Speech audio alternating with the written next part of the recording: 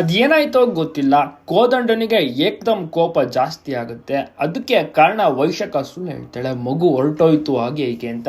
ಮನೆಗೆ ಬಂದ ಕೋದಂಡ ಇಮಿಡಿಯೇಟ್ ಚಾರುಗೆ ಬೇಕೆ ಶುರು ಮಾಡ್ತಾರೆ. ಅನ್ಯಾಯವಾಗಿ ನಮ್ಮ ಒಂದು ಮಗು ಪ್ರಾಣ ತೆಗೆದುಬಿಟ್ಟೆ, ನೀನು ಯಾಕೆ ಇಲ್ಲಿ ಇದೆಯಾ, ಇಲ್ಲಿಂದ ತೊಲಗು, ನೀನು ಮನೇಲಿ ಇರಬಾರ್ದು, ನೀನಿರಬೇಕು ಇಲ್ಲ ನಾನಿರಬೇಕು, ನೀನೇ ಆಚೆ ಹೋಗಬೇಕು, ನೀನು ಮನೆಗೆ ಬಂದಾಗಲಿಂದ ನಮಗೆ ಒಂದಲ್ಲ ಒಂದು ಸಮಸ್ಯೆ, ನೀನು ಇಲ್ಲಿದ್ರೆ ಸರಿ ಹೋಗೋದಿಲ್ಲ, ಹೋಗು ಹಾಗೆ ಹೊರಟೋಗು ಹಾಗೆ ಹೀಗೆ ಅಂತ ಮನೆಯಿಂದ ಆಚೆ ಕಳಿಸೇ ಬಿಡೋಕ್ಕೆ ಪ್ಲಾನಿಂಗನ್ನು ಮಾಡ್ತಾ ಇದ್ದಾರೆ ಕೋದಂಡ.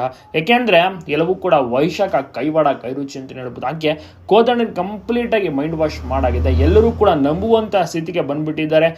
ರಾಮಾಚಾರಿ ಕೂಡ ಕಂಪ್ಲೀಟಾಗಿ ಮೌನವಾಗಿ ಸೈಲೆಂಟಾಗಿ ನಿಂತ್ಕೊಂಡಿದ್ದಾನೆ. ಈಗ ಏನು ಮಾಡ್ತಾರೋ ಗೊತ್ತಿಲ್ಲ. ಒಟ್ಟಿನಲ್ಲಿ ಚಾರು ಅಂತೂ ಫುಲ್ ಕಂಪ್ಲೀಟಾಗಿ ಕಣ್ಣೀರು ಹಾಕ್ತಿದ್ದಾಳೆ.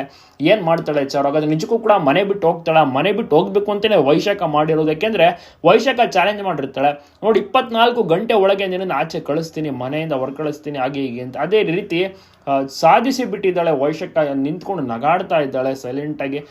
ಪಾಪ ಯಾರೂ ಕೂಡ ಮನೆಯವರು ತಲೆ ಕೆಡಿಸ್ಕೋತಿಲ್ಲ, ಯಾಕೆಂದ್ರೆ ಅವರು ಕೂಡ ಸೈಲೆಂಟಾಗಿ ನಿಂತ್ಕೊಂಡಿದ್ದಾರೆ. ಇನ್ನು ಆಚಾರ್ಯವರು ಬೇರೆ ಬಂದಿಲ್ಲ, ಕಾದು ನೋಡಬೇಕಿದೆ ಏನಾಗುತ್ತೆ ಕತೆ ಸ್ಥಿತಿ ಪರಿಸ್ಥಿತಿ ಅಂತ. ನಿಜಕ್ಕೂ ಕೂಡ ಚಾರು ಮನೆ ಬಿಟ್ಟು ಹೋಗ್ಬಿಟ್ರೆ ಬೇರೆ ಬದಲಾವಣೆಗಳು ಟ್ವಿಸ್ಟ್ಗಳು ಕೂಡ ಮುಂದಿನ ದಿವಸಗಳಲ್ಲಿ ಬರೋದು ಗ್ಯಾರಂಟಿ.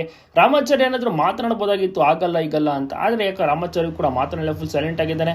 ಇದೇ ಫಸ್ಟ್ ಟೈಮ್ ಕೋದಂಡ ಈ ರೀತಿ ವಾಯ್ಸ್ ರೈಸ್ ಮಾಡಿ ಮಾತನಾಡ್ತಿರೋದು, ಹೆಂಡತಿ ವಹಿಸ್ಕೊಂಡು ಮಾತನಾಡ್ತಿರೋದು, ಹೆಂಡತಿ ವಿಚಾರವಾಗಿ ರೀತಿ ವಾದ ಮಾಡ್ತಿರೋದು. ಯಾವಾಗಲೂ ಕೂಡ ಕೋದಂಡ ಸುಮ್ಮನೆ ಸೈಲೆಂಟಾಗಿ ನಿಂತ್ಕೊಂಡ್ಬಿಡ್ತಿದ್ದ, ಆದರೆ ಈ ಸತಿ ಕಂಪ್ಲೀಟಾಗಿ ವಾಯ್ಸ್ ರೈಸ್ ಮಾಡಿದ್ದಾನೆ, ಕೋದಂಡ ಬೈತಾ ಇದ್ದಾನೆ. ನಿಮ್ಗೇನು ಅನಿಸ್ತಾ ಇದ್ರ ಬಗ್ಗೆ? ಚಾರು ಆಚೆ ಹೋಗ್ಬೇಕೋ ಬೇಡವೋ ತಪ್ಪದೆ ಕಮೆಂಟ್ ಮಾಡೋದನ್ನ ಮರಿಬೇಡಿ.